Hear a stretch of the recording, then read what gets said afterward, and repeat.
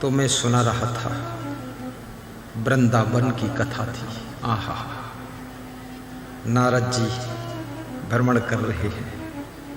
भ्रमण करते करते वृंदावन पहुंचे। वृंदावन में नारद जी एक नारी को दुखी देखकर, रोता हुआ देखकर पूछते हैं, हे मां, तुम क्यों दुखी हो? मां बनना साधारण चीज नहीं है। मां का अर्थ होता है जो पूरे परिवार का दुख स्वयं दुख के जहर के घूंट अमृत समझकर पी जाती है, उसी का नाम मां होता है।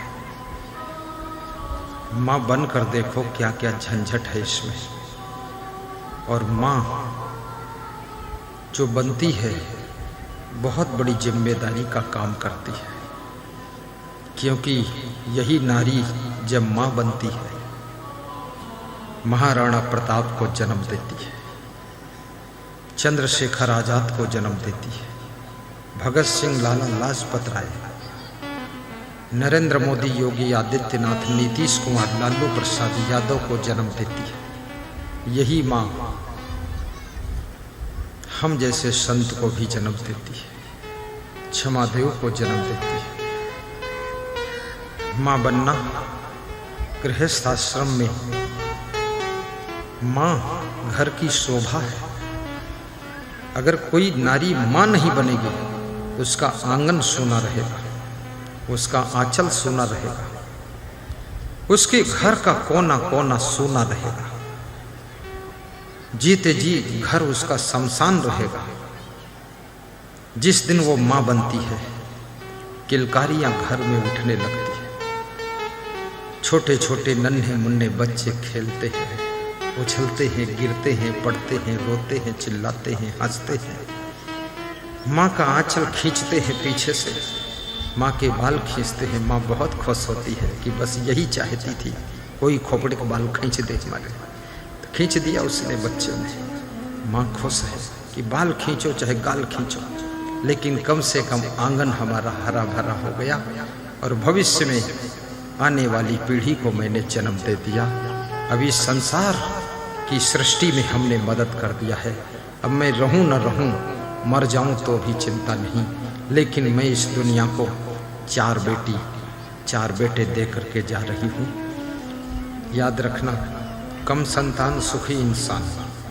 लेकिन ये भी याद रखना, ये फार्मूला सभी के लिए है। ये फार्मूला केवल हिंदुओं के लिए नहीं है, ये मुसलमानों के लिए भी है, ये जैन, यहूदी, पारसी सब के लिए है। कम संतान सुखी इंसान, हम 2 हमारे 2। लेकिन कुछ ऐसे भी मजहब हैं, वे कहते हम 2 हमारे 200। अब हम 2 हमारे 200 बने, ये लफड़ा कहाँ तक चलेगा? धरती पर जगह नहीं, सड़क पर जगह नहीं, हर जगह जाम लग रही है। शहर में जाम, अस्पताल में जाम, ट्रेन में भीड़, बस में भीड़, टोटो में भीड़, ऑटो में भीड़, गाड़ी में भीड़, सड़क पर भीड़, घर में भीड़, सब में भीड़ भाड़ भड़भूजा। ये सब क्या बना रखा है? निकलना मुश्किल, मच्छर की तरह आदमी घूम रहा है। मच्छरदानी लगा लोगे तो मच्छर से तो बच जाओगे, पर ऐसी कोई मच्छरदानी नहीं ये बड़े बड़े मच्छरों से बच सको। ये तो इतने खतरनाक मच्छर सब घूम रहे इधर उधर, फालतू भीड़ मचा रखी। कंपटीशन पर मामला चल रहा है। मुसलमान कह रहा कि अल्लाह संतान दे रहा तो मैं रोकूं क्यों, ब्रेक क्यों लगाऊं, आने दो जितनी आ जाए। तो हिंदू कह रहा मेरा भगवान तो पूरे दे रहा है, मैं तो दरवाजे खोल दिया हूँ, 100 पैदा हो जाए कोई बात नहीं। राजा धृतराष्ट्र ने 100 पुत्र पैदा कर दिए थे। मैं सोचता हूँ गांधारी भी बहुत मजबूत शरीर की होगी। अगर आजकल जैसी कमजोर स्त्री होती तो 100 में तो उसी का 90-100 हो जाता है। लेकिन वो इतनी मजबूत थी, 100 बच्चे पैदा किया, फिर भी हट्टी कट्टी घूम रही है गांधारी। प्राचीन समय की स्त्रियां भी बहुत मजबूत होती थी, पहलवान होती थी, जोधाबाई होती थी। आजकल की स्त्रियां, लड़कियां सब कैसी हैं? डिग डिगा डिग डिग, बस पतली पतली डिग। और या तो बहुत खा पी के ढेर हो गई, माटी के धंधा बात खत्म, उठ नहीं पाती, न चल पाती। व्यायाम कीजिए, मजबूत बनिए। कभी जरूरत पड़ जाए देश को, एक एक नारी 100-100 बच्चों को जन्म दीजिए। राजा सगर ने 60,000 पुत्र पैदा किया था। सोचिए कितनी क्षमता है 60,000। तुम 60,000 नहीं तो 6,000 तो पैदा कर दो, मत 2-4 हजार साधु बन जाए, कहाँ हर्ज है। लेकिन अभी जरूरत नहीं है। अभी हिंदू, मुस्लिम, सिख, ईसाई, जैन, यहूदी, पारसी सभी को कम संतान पैदा करना चाहिए, संस्कारी संतान पैदा करना चाहिए, भीड़ नहीं मचाना चाहिए, क्योंकि संसार की व्यवस्था बिगड़ रही है, सब सिस्टम बिगड़ रहा है ज्यादा जनसंख्या होने से। एकोपि गुणवान पुत्रो निर्गुणश्च सतैवरः, एकश्चंद्रस्तमोहन्ति नच तारा सहस्रशः। चाणक्य कहते हैं एक गुणवान पुत्र काफी है, एक चंद्रमा काफी है रात में उजाला के लिए। ये करोड़ों अगणित तारागण बेकार है, इनसे कोई अंधकार नहीं मिटता है।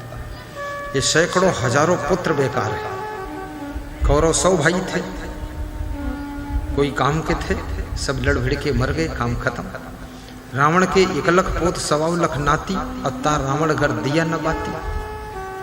1 लाख पुत्र थे और 1.25 लाख नाती थे, और दीपक जलाने वाला कोई बचा नहीं, लंका दहन हो गया। अकेले हनुमान जी ने जाकर के सबको मार डाला, आग लगा दी। मेरे को लगता हनुमान जी परमाणु बम ले गए थे क्या, जो मारा बम पूरा लंका में आग लग गई और कूद के भाग के चले आए। ये पूंछ से इतनी बड़ी आग नहीं लग सकती है। उस समय भी परमाणु बम, मिसाइल सब थे। भगवान राम अग्नि बाण छोड़ते थे, मोहन बाण छोड़ते थे। उस समय भी विज्ञान बहुत आगे था।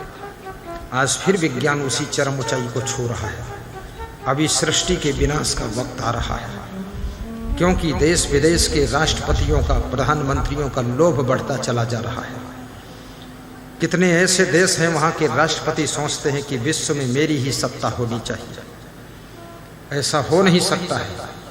इसी लालच में मार काट युद्ध प्रारंभ होगा, और सभी देशों के पास में परमाणु बम है, एटम बम है, सबके पास में मिसाइल है, सबके पास में सब है, तोप है। युद्ध शुरू होगा तो कितना खून खराबा होगा, सोचिए। शुरू हो चुका है।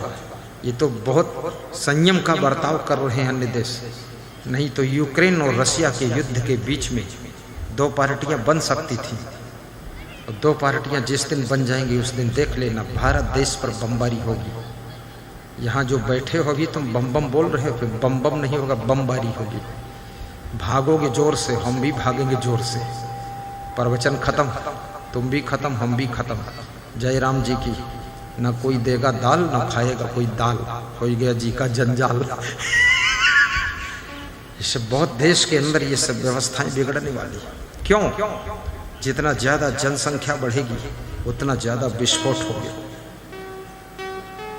इसलिए मुसलमान भाइयों से भी निवेदन है कि आप भी जनसंख्या पर नियंत्रण कीजिए।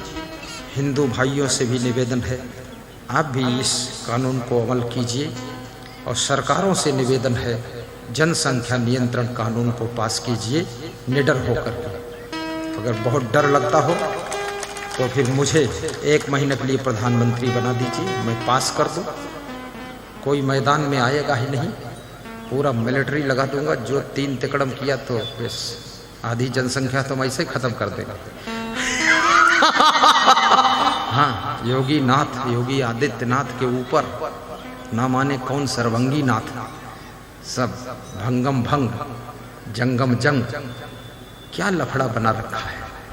मेरा तो विचार है कि जाति पाति, मत मजहब, इस पॉइजन से ऊपर उठने की आवश्यकता है। पूजा पाठ है क्या? क्या करते हो पूजा पाठ? चरित्र की शुद्धि ही पूजा है। मंदिर में हम क्यों जाते हैं? मस्जिद में क्यों जाते हैं? गिरजा घर में क्यों जाते हैं? चर्च में क्यों जाते हैं? इसलिए जाते हैं कि हमारा चरित्र शुद्ध हो जाए, मन निर्मल हो जाए। हम इसलिए जाते हैं कि हमारा जीवन दिव्य हो जाए। क्या जीवन दिव्य हुआ है? कटुता मिटी है, द्वेष मिटा है, अंदर की मलाल खत्म हुई है, एक दूसरे के प्रति नफरत खत्म हुई है? कुछ नहीं। तुम्हारे अंदर सब वही गोबर भरा हुआ है। क्या फायदा जा करके मस्जिद में अल्लाह लिल्लाह कर रहे, फालतू हल्ला मचा रहे, क्या फायदा? मंदिर में बैठकर घंटा बजा रहे और स्वयं शंख बने बैठे, 1% सुधार नहीं। मंदिर में जाना मना नहीं, मंदिर में जाइए, मस्जिद में जाइए, गिरजाघर में जाइए, लेकिन वहां से बाहर निकलिए तब आपका मन मंदिर बन जाना चाहिए और आपका दिल मस्जिद जैसा पावन हो जाना चाहिए। तो समझ लो मंदिर मस्जिद जाना आपका सार्थक हुआ। महात्मा गांधी का सूत्र गाते हो कि रघुपति राघव राजा राम, पतित पावन सीताराम, ईश्वर अल्लाह तेरे नाम, सबको सम्मत दे भगवान, पता न पावे सीताराम, शाम हुई तो 200 ग्राम और दारू पी गए गंगाराम। ये कौन रघुपति राघव राजा राम? फालतू दोहा चौपाई बोल रहे। किस मॉडल की भक्ति है? भक्ति में सुधार होना चाहिए। कबीर साहब कहते हैं, देह हलाई भक्ति नहीं हुई, ये नाचने कूदने से भक्ति होने वाली नहीं। भक्ति तो चरित्र के सुधार का मार्ग है। एक बूढ़ी नारी को देखकर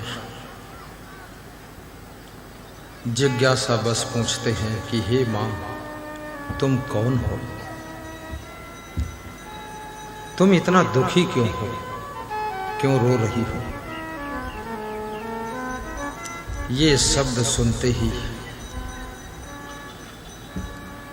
वो स्त्री फूट फूट कर रोने लगी। दुखी आत्मा से जब कोई पूछता है क्यों दुखी हो, क्या दुख है, क्यों रो रहे हो, इतना सुनते ही उसका दुख उभर कर बाहर आता।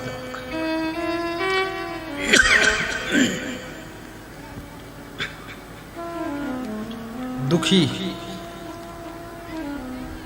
व्यक्ति से कुछ मत बोलो, थोड़ी देर बाद वो नॉर्मल हो जाएगा। उससे कुछ भी बोलोगे उसका दुख बेहद बाहर आ जाएगा, फपक कर रोएगा। धरती पर पैदा हुआ इंसान दुखों से मार खाता हुआ, टेंशन चिंता का शिकार होकर समय से पहले बूढ़ा हो जाता है, समय से पहले मृत्यु को प्राप्त हो जाता है। ये चिंता और टेंशन, ये दुख और मानसिक कष्ट, ये साधारण चोट नहीं है। ये मनुष्य को टाइम से पहले कमजोर कर देते हैं, समय से पहले बूढ़ा कर देती है, समय से पहले मृत्यु की मुंह में ढकेल देते हैं। वह कर्म करो जिसके परिणाम में चिंता न हो। दिवसे नयो तत्कुर्यात् एन रात्रौ सुखम वसेत्, अष्टमासेन तत्कुर्यात् एन वर्षा सुखम वसेत्, पूर्वे वयस् तत्कुर्यात् एन वृद्धा सुखम वसेत्, यावत् जीवेन तत्कुर्यात् एन प्रेत्य सुखम वसेत्। विदुर जी कहते हैं कि हे धृतराष्ट्र, दिन में वह काम करो जिससे रात को सुख से सो सको। 8 महीने सर्दी गर्मी के वह काम करो जिससे वर्षा के 4 महीने प्रेम से रह सको।